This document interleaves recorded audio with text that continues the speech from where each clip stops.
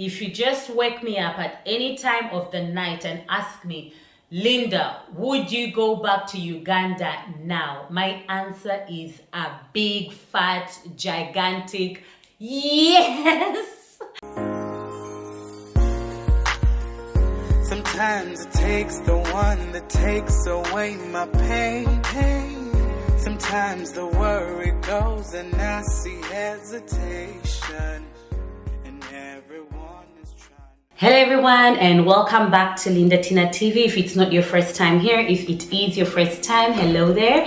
Do consider subscribing and hitting on that notification bell so that you are notified when I post a new video. Now in this video I'm going to be talking about moving back home, like going to live in Uganda, which is something I get asked quite a bit, and you know, I thought I'd make a separate video for it. The timing of this video is also good because I just came back from Uganda a couple of months ago. I was in Uganda in January.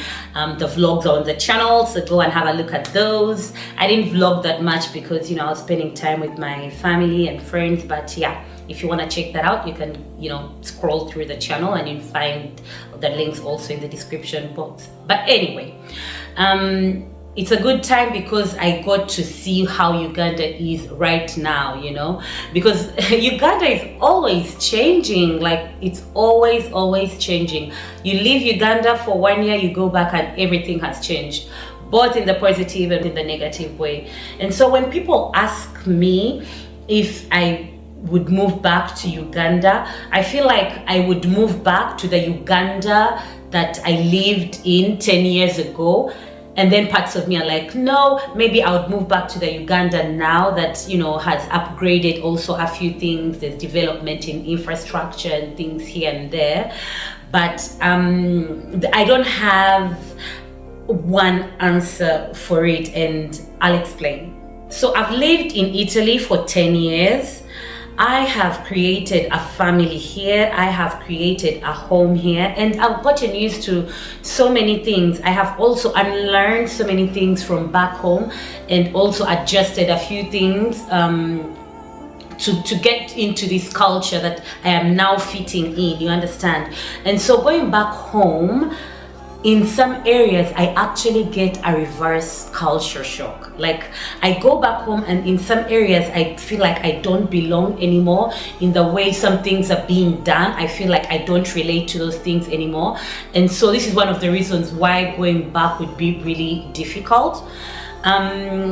Also continuing with the things that would make it difficult for me to go back to Uganda, I'll start with those, is the underdevelopment of some things. Now, I hope that doesn't come off as being a snob, but when you've lived in the Western world and you've seen how some things work and work really well, like the health system, that's something that's you know, very personal to my heart. If there is a way I could change the health system back home, I would give anything. So the health system, the infrastructure, the transportation, some of these things really still don't work well back home.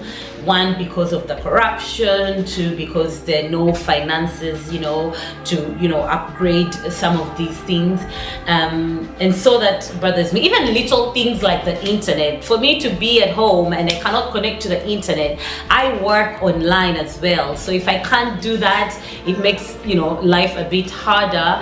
And then the power going on and off, the water supply going on and off, you know, just little things that seem so little that don't work. But when you think about it after living in the Western world for so long, you're like, oh my God, this would really exhaust me.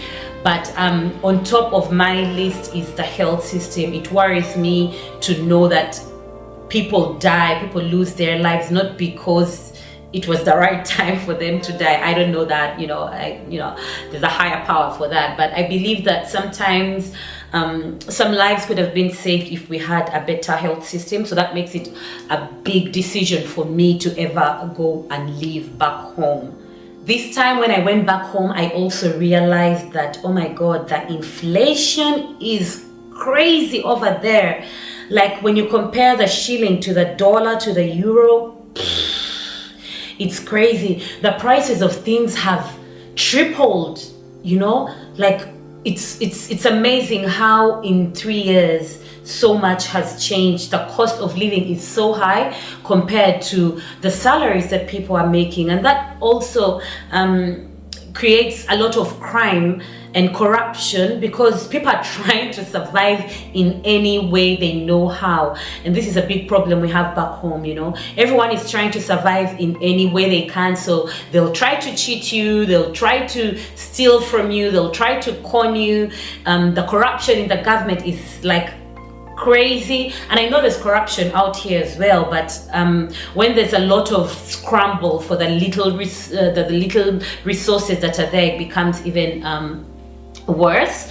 So that's another thing that, you know, scares me a lot, the inflation and how the prices are so unstable. That makes it even hard to invest. If you say, okay, I'm gonna go back home and become an entrepreneur, it's hard to invest in an economy that is unstable. Like, you don't know what's gonna happen to that shilling in the next even just 6 months or 12 months, you know. So that's also a little bit scary. All that being said, if you just wake me up at any time of the night and ask me, Linda, would you go back to Uganda now? My answer is a big fat gigantic yes. Yes, guys. After living in Italy for 10 years, where I have a family, I have children here, so, you know, it's my home, I still get homesick. I still feel like I will never belong here, which is the truth, let's face it. I have Italian passport, Italian driver's license, I have a permanent job here with a permanent contract here, but still, I will never fully be Italian, even if my kids are more Italian than Ugandan, because obviously they are more immersed here. But I will never feel Italian because I will never really be Italian. My roots, my heritage is, you know, there. And so I always feel that pull back home to where it's familiar, to where it's home, you know. It's home, the home that feels warm, you know, the home that feels like someone is out there waiting for you with open arms, you know, and that feeling never goes away. In the past, before I intentionally worked on making Italy my home, I always had this feeling of being in transit. Like, okay, I'm in Italy, I'm creating a life here, I'm creating a family here, but, you know, at some point, I'm gonna go back home. And many people who live in the diaspora, many people who live abroad have that feeling of, you know, at some point I'm going to go back home. But sometimes you don't even know at what point, you know. It's different when you move to study or you moved on a contract that's gonna end and then you go back home. But when you actually moved and created a home in this new place, you don't really know when you're gonna go back or if you're ever gonna go back, you know. We were talking with my friends and my family the other day about where we want to be buried, because a lot of my family lives abroad, and of course most of them want to go back home. But for me, I thought, okay, so you take my body back home, how often are my children going to go back to visit where I'm buried?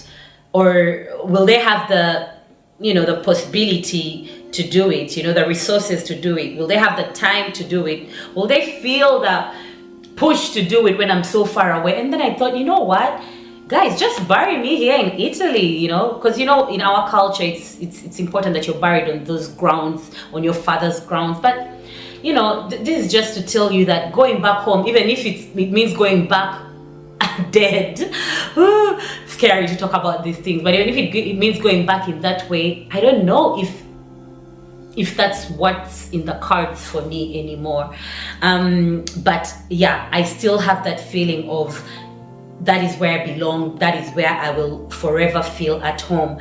I feel at home even after I've not been there for a long time. People always wonder, how have you been away for so long? But when you're back, it's like you never left, because, you know, that's the connection you have to your motherland. Also, when you live abroad, you always think that life will be easier for you back home, where, you know, people are more accepting of you because you're the same as them.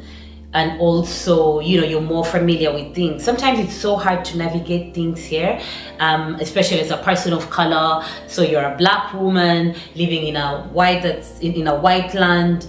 It becomes a bit hard to navigate a few things, even subconsciously. Maybe nothing is really happening to you because of the color of your skin, but you do think about it and think, you know, if I were back home, that wouldn't be happening. But that's not even necessarily true. There are people who are back home who actually want out. They want to move abroad because they also think that the grass is greener on the other side. So there is also that. A part of me will always wonder what would have happened, or what would my life look like if I had stayed home. You know, both in the positive and the negative sense, you always wonder. And so if you ask me, Linda, would you want to move back home? I'll tell you yes, so that I can navigate that and know how would my life be if I were back home. But then you think that a lot has shifted. When I go back home, I see that the way I think and the way my friends think is different now because of the time I have spent here. You know, I started to change my mind on a few things. They changed their mind on a few things. We've also grown into different people because we are growing from a different environment. So it becomes very confusing to answer that question, if I'm to be very honest. My heart will always be in Uganda. My soul will always be in Uganda, but my home will always be in both places. You know, this is the home that I've created, and then Uganda is the home that I'm from, that bred me, that created me. You know what I mean? The home that created me and the home that I created here in Italy. And yeah, that's about it. And now that it's been 10 years, I actually made a video about 10 things I have learned about living in Italy for 10 years. And it resonates more with me how much Italy is home. Guys, it's real. Like the reverse culture shock is real. You go back home and you don't fit in there anymore, and then you come back here and you don't even fit in that much here anymore. And those are some of the, you know, advantages and disadvantages of, you know, moving away from home and living abroad. But I always believe that living in a new land and meeting new people and living in a new culture enriches you more than it takes away from you. At least that's what I believe. I don't know what you guys think. If some of you live abroad and have you considered going back home, I'd like to hear from you. I'd like to hear how other people experience this, because I have friends who actually have never considered going back home. They've never considered going back to Uganda. They are happy living out here. They have created a place where they feel even more comfortable living than back home. And they don't fit in anymore back home. For me, I don't have a problem fitting in back home. When I go back, it's like I never left. But there are a few things that now I feel, do I really want to live through those things? Do I really want to, you know, experience those things that way? And then, you know, I think that some things work better on this side, and yeah, it becomes a whole mix. But yeah, that's my experience. And for those who have been asking me this question, would you move back home? Would you consider moving back home? That is your answer, as vague as it is. If you've watched till the end of this video, thank you so much for watching. I feel like I've been mumbling, but you know, just openly sharing my thoughts, and see you in my next one. Bye bye.